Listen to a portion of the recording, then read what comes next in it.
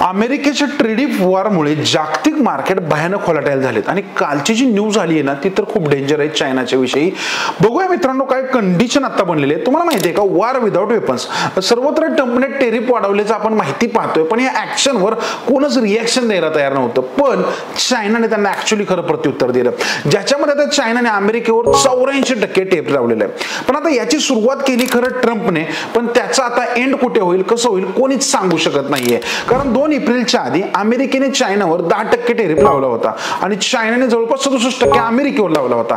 पण याच्यानंतर 2 एप्रिलला सकाळी ट्रम्पने रेसिप्रोकल टेरिफ लावला, तेव्हा तो 34% वाढवला, की जो आधीचे 10+1 34 म्हणजे 44% झाला. तर ही चायनाने 67% घेत होतं. पण 2 एप्रिलच्या संध्याकाळी ट्रम्पने चायनावर नॉन रेसिप्रोकल टेरिफ 10% वाढवून, जो की आधी 44 होता त्याच्यानंतर 10 वाढवला म्हणजे 54% इतका झाला. तरीही चायना 67%च्या टेरिफच घेत होता. पण मात्र 4 एप्रिलला चायनाने अमेरिकेचा टेरिफ 34% वाढवला, की जो 67+34 म्हणजे 101% इतका झाला. आता यावेळी अमेरिकेने कोणताही टेरिफ वाढवला नाही, तो 54%च एवढा ठेवला होता. पण 9 एप्रिलच्या ट्रम्पने पुन्हा एकदा चायनावर 50% टेरिफ वाढवला, की जो 54 पण 50+50 जर केला आपण तर 104% इतका होतो.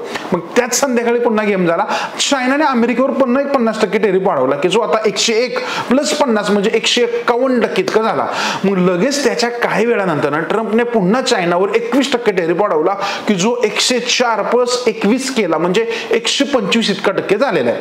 आता ह्या सगळ्या वरचढीमध्ये चायनाने 84% टेरिफ अमेरिकेवर वाढवला, जो आता 151% इतका आहे. हा टेरिफ मागील 100 वर्षाच्या इतिहासामध्ये सगळ्यात जास्त टेरिफ लावलेला आलेला आहे. आता या वारचा एंड कुठे होईल, कसा होईल, मार्केट कोणत्या दिशेने जाईल हे कोणालाच सांगता येणार नाही. याच्यामध्ये कन्फ्यूज होऊ नका आणि आमच्याशी कनेक्टेड राहा, जेणेकरून इम्पॉर्टंट माहिती आणि डिसिजन्स आम्ही घेण्यासाठी तुम्हाला महत्त्वपूर्ण नॉलेज देण्याचा प्रयत्न करू.